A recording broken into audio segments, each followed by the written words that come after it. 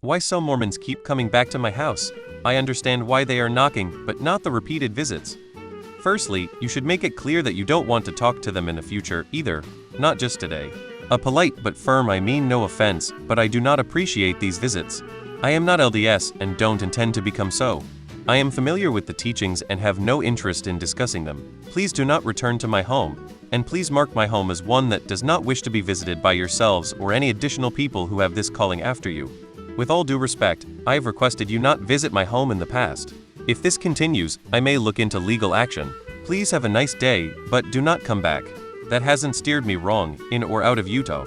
Often repeated visits despite being told not to has come down to, either new missionaries coming in to replace the old ones and they don't know your house is a no-go, or someone who lived at your house previously was a member or at least welcomed the missionaries, so it's on some sort of roll to visit. This doesn't always work, but you might try a rainbow pride flag in front of your house. That keeps most nutters away. Maybe add a Black Lives Matter sign and/or a Stop Asian Hate sign too. Probably a clerical error.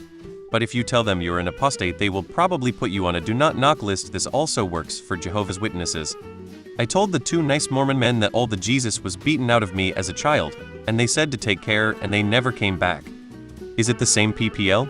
Around my area, it's generally the same PPL, so if you tell them no, hopefully they remember your house is a no.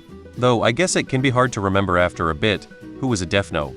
But if it's different PPL, my guess is they are just recanvassing and not telling the newer recruits who's a no.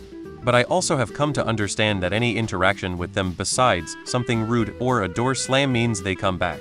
So stop interacting with them or being so nice. Probably not the route you want to take, but many years ago I threw a big Halloween party that was successful enough that I ended up with a number of unexpected house guests. It was the morning after and we were all just waking up in various levels of hangover misery. I was staring out the front window down to the street and saw a pair of well-dressed young men turn up the front path. There was a knock at the door. My pal Ira, a big boy who'd come to the Hollywood-themed party dressed as Divine and was still more or less in costume, had been sewn into the dress and had not washed his face, said, "Leave this to me." He patted down to the front door. I have no idea what he said. All he would tell us was that it was filthy enough to get them never to come back, but not filthy enough to get us arrested. I lived there 3 more years and had no more Mormons. If you ask Mormon missionaries to help you with yard work, they pretty much have to do it. So, I would recommend asking them to do that every time they come by. My guess is they will stop coming by. Were you polite in turning them away? It's my experience with Mormons and Jehovah's Witnesses that you have to be very direct and even a bit rude. A couple of nice church ladies came to my door more than once. I finally invited them in to take a shower with me. The Mormons took a little more doing. On their 3rd or 4th attempt, I told them to come back later and meet me in the back, where we'd be sacrificing a goat. Neither group has been back. I left that cult in the 70s. To this day they always track me down no matter where I have moved to. Ask for the contact information of their mission president. Make a stern phone call, and say if they ever set foot on your property again, you'll have them arrested for trespass. Ask the mission president for his email address and send the same warning in writing. Source: former Mormon missionary.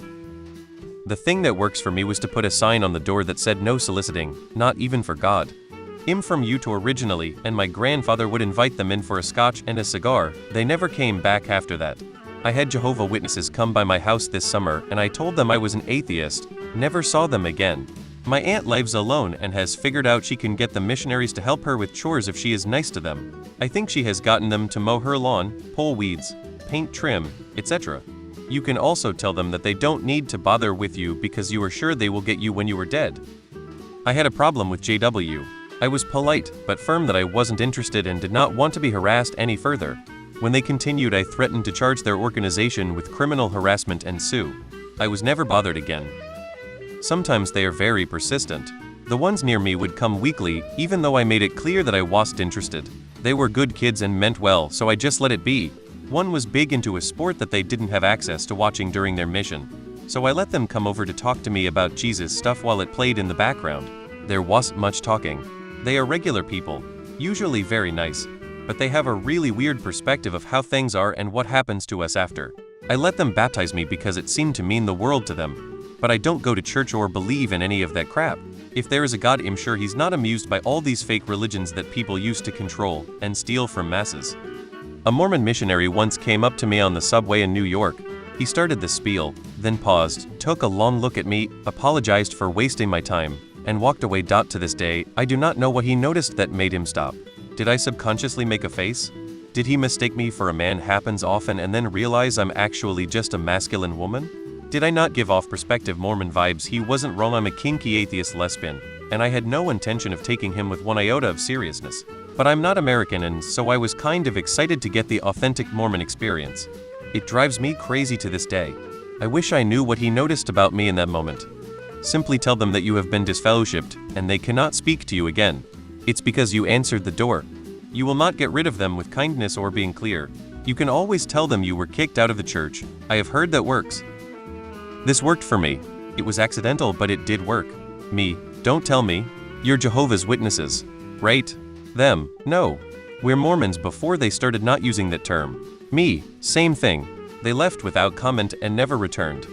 A friend of mine was being bothered by missionaries always knocking on his door in some rural area. He'd gone to get away from things for a while.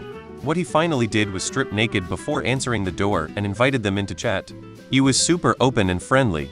It ended up being a brief and extremely uncomfortable conversation, especially for the woman missionary. They suddenly had other people to see and talk to. He was never bothered by them again.